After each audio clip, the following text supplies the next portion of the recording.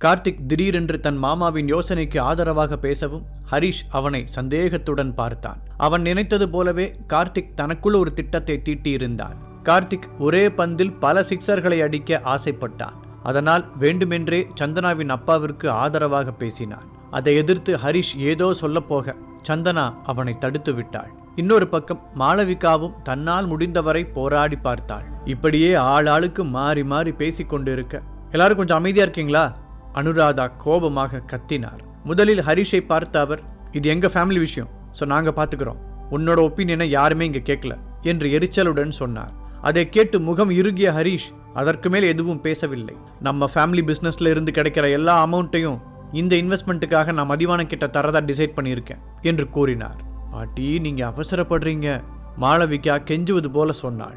மாளவிகா, நான் முடிவு பண்ணிட்டேன், இதுக்கு மேல நீ இதை பத்தி பேசாத. பாட்டி முடிவாய் சொல்ல மாளவிகா அமைதியாகிவிட்டாள். அடுத்த கட்டமாக அவர்கள் ஃபேமிலி பிசினஸ்ல இருந்து ஒவ்வொருவருக்கும் கிடைக்கக்கூடிய பங்கு பணம் அத்தனையையும் மதிவாணனின் பேங்க் அக்கவுண்டிற்கு மாற்றச் சொல்லி உத்தரவிட்டார். ஹரிஷும் மாளவிகாவும் அதற்கு மேல் எதுவும் செய்ய முடியாமல் ஒதுங்கிக் கொண்டனர். அதன் பிறகு எல்லோரும் கலைந்து செல்ல ஹரிஷ் வாட்சை பார்த்தான். அவன் வந்து 5 நிமிடம் கடந்திருந்தது. அப்போது தன் கணவனை பார்த்த திலகா, அவன் கிளம்புறதுக்கு முன்னாடி நாம பேசின விஷயத்தை பத்தி சொல்லுங்க என்றார். சரி, என்ன இப்போ? உனக்கு உடனே பேசணும் அவ்வளவுதானே என்றவர், சந்தனா இங்க வந்து உட்காருமா என்று மகளை கூப்பிட்டார். என்னப்பா சொல்லுங்க. சந்தனா அவருக்கு எதிரில் வந்து உட்கார்ந்தாள்.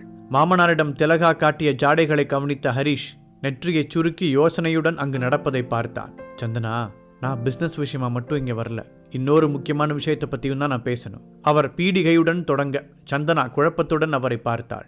அங்க ஃபாரின்ல எனக்கு ஒரு பணக்கார ஃப்ரெண்ட் இன்ட்ரடியூஸ் ஆனாரு. அவருக்கு ஒரு பையன் இருக்கான், ரொம்ப பிரில்லியன்ட், பார்க்கவும் ஆள் ஹேண்ட்ஸமா இருப்பான், முக்கியமா சொந்தமா பிசினஸ் பண்ணிக்கிட்டு இருக்கான். உனக்கு ஓகேனா என்று அவர் இழுக்க, தான் அங்கு நிற்பதையே கண்டுகொள்ளாமல் இதை பற்றி பேசிய மாமனாரின் மீது ஹரிஷ் தன் ஷார்ப்பான பார்வையை பதித்தான். ஆமா, பெரிய கல்யாணம், நீ ஆசைப்பட்டங்கிற ஒரே காரணத்துக்காக தான் ஹரிஷ்க்கு உன்னை கல்யாணம் பண்ணி வச்சோம். கிட்டத்தட்ட 2 இயர்ஸ் முடிஞ்சு 3வது வருஷம் ஸ்டார்ட் ஆயிடுச்சு. கல்யாணத்துக்கு அப்புறம் உன் லைஃப்ல நடந்த ஏதாவது ஒரு நல்ல சேஞ்சை சொல்லு பார்க்கலாம். நான் ஃபாரின்ல இருக்கும்போது இங்க நடந்த எல்லாத்தையும் உங்க அம்மா என்கிட்ட சொன்னான். உன் ஹஸ்பண்டால எப்போவுமே உன் பாட்டி முன்னாடியும் மற்ற ரிலேட்டிவ்ஸ் முன்னாடியும் நம்ம தலை குனிஞ்சுதான் நிற்க வேண்டியிருக்கு. மதிவாணன் பேசிக்கொண்டே போக, மாமா, அப்பா, ஹரிஷும் சந்தனாவும் ஒரே நேரத்தில் கத்தி இருந்தனர். ஒரு விஷயத்தை நீங்க 2 பேரும் கிளியரா புரிஞ்சுக்கோங்க. இந்த கொஞ்ச நாளா ஹரிஷ் கிட்ட எவ்வளோ விஷயங்கள் சேஞ்ச் ஆயிருக்குன்னு உங்களுக்கு தெரியுமா? எனக்காகவே புதுசா வேலைக்கு கூட போக ஆரம்பிச்சிட்டான். இந்த சிச்சுவேஷன்ல அவனை விட்டுட்டு வருவேன்னு நீங்க எப்படி எதிர்பார்த்தீங்க?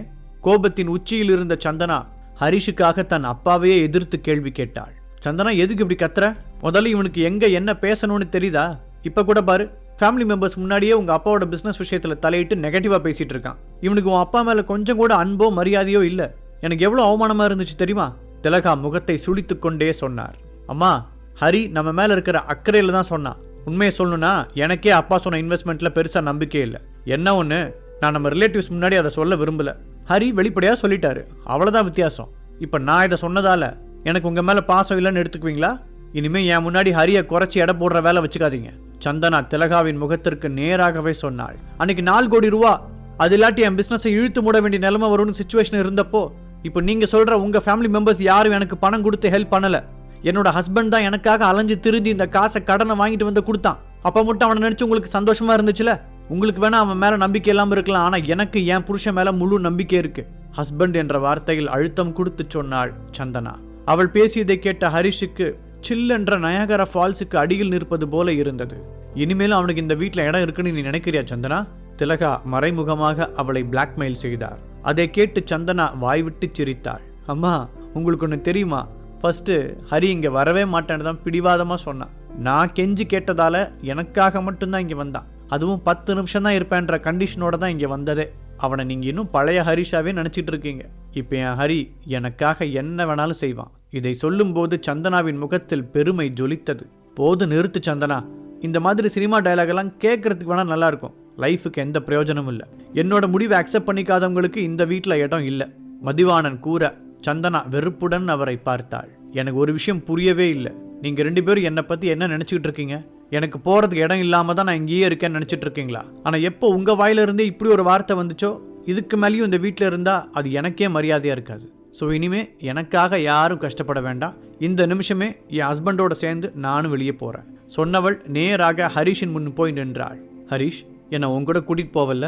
அவள் கேட்க ஒரு நிமிடம் என்ன பதில் சொல்வது என்று திகைத்தவன், அதுக்கு தான் பேபி காத்துக்கிட்டு இருக்கேன். சிரித்துக்கொண்டே அவளின் கையை உரிமையுடன் பிடித்தான். பேபி, நீ ஒரு 2 நிமிஷம் வெளியில் வெயிட் பண்ணு, நான் வந்துடுறேன். ஹரிஷ் சொல்ல சந்தனா அவனை குவெஸ்டின் மார்க்குடன் பார்த்தாள். ப்ளீஸ் பேபி, நீ முன்னாடி போ, நான் அத்தை மாமா கிட்ட ஒரு விஷயம் சொல்ல வேண்டியிருக்கு, அதை மட்டும் சொல்லிட்டு வந்துடுறேன். ஹரிஷ் கண்களை மூடி காண்பிக்க, சரி சீக்கிரம் வந்துரு என்று சொல்லிவிட்டு வெளியே போனாள் சந்தனா. அவள் போய்விட்டாள் என்பதை உறுதி செய்த ஹரிஷ் திரும்பி தன் மாமனார் மாமியாரை பார்த்தான். இதுவரைக்கும் இந்த ஃபேமிலி மெம்பர்ஸ் எத்தனையோ விதங்களில் என்னை அவமானப்படுத்தியிருக்காங்க. அதையெல்லாம் நான் சந்தனா ஒருத்திக்காக தான் பொறுத்துக்கிட்டு இருந்தேன். இனிமே அதுக்கான அவசியமும் இல்லை. அப்புறம் நீங்கள் என்ன சொன்னீங்க? என்னை நம்பி வந்தால் நடுத்தரில் தான் நிற்கணுமா? என் பொண்டாட்டிக்கு ஒரு நாளும் அந்த நிலைமை வரவிட மாட்டேன். நான் சொல்கிறத நல்லா கேட்டுக்கோங்க. என் பொண்டாட்டிக்காக நான் ஒரு சாம்ராஜ்யத்தையே உருவாக்க போகிறேன்.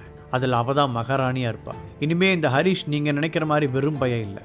என் பொண்டாட்டிக்காக நான் கட்டி எழுப்ப போகிற எம்பையரோட கிங். அதை கூடிய சீக்கிரம் நீங்கள் எல்லாரும் பார்க்க தான் போகிறீங்க. பர்ட்டா சொல்லிவிட்டு ஹரிஷ் கெத்தாக அங்கிருந்து வெளியேறினார். அதன் பிறகு அவளிடம் எதுவுமே கேட்காமல் ஹரிஷ் அவளை தோளோடு சேர்த்து ஆறுதலாக பிடித்து கொள்ள சந்தனாவிற்கு அழுகை வந்தது. தான் அவ்வளவு நாள் வாழ்ந்த வீட்டை ஒரு முறை திரும்பி பார்த்து கொண்டாள். நான் உனக்காகவும் என்னோட காதலுக்காகவும் இப்போவாவது இந்த முடிவை எடுத்து தான் ஆகணும் ஹரி. அவங்க கிட்ட நான் சொன்ன மாதிரி என் நம்பிக்கையை காப்பாத்திருவல்ல? சந்தனா கண்களில் ஏக்கத்துடன் அவனை பார்த்து கேட்டாள். அவளை நிறுத்தி அவளின் 2 கன்னங்களையும் தன் கைகளால் தாங்கி பிடித்த ஹரிஷ், நான் இப்போ சொல்கிறது சரியா என்னன்னு கூட எனக்கு தெரியல. ஆனால் ஒரே ஒரு விஷயத்தை மட்டும் எப்பவும் ஞாபகத்தில் வச்சுக்கோ. நான் செய்கிற எல்லாமே உன்னோட நல்லதுக்காக மட்டும்தான். இதை மட்டும் நீ மனசில் ஏற்றி வச்சுக்கிட்டேன்னா போதும். தான் அவளிடம் மறைத்து வரும் விஷயங்களை நினைத்து இதை சொன்னான் ஹரிஷ்.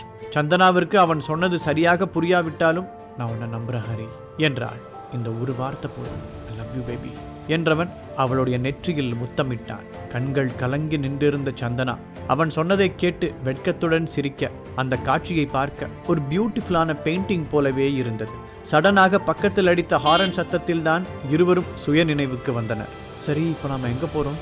சந்தனா கேட்க ஹரிஷுக்கு அப்போதுதான் அந்த விஷயமே ஞாபகத்துக்கு வந்தது. ஆமா, இப்போ இவளை நான் எங்க கூட்டிட்டு போறது? திகைப்புடன் யோசித்தான் அவன்.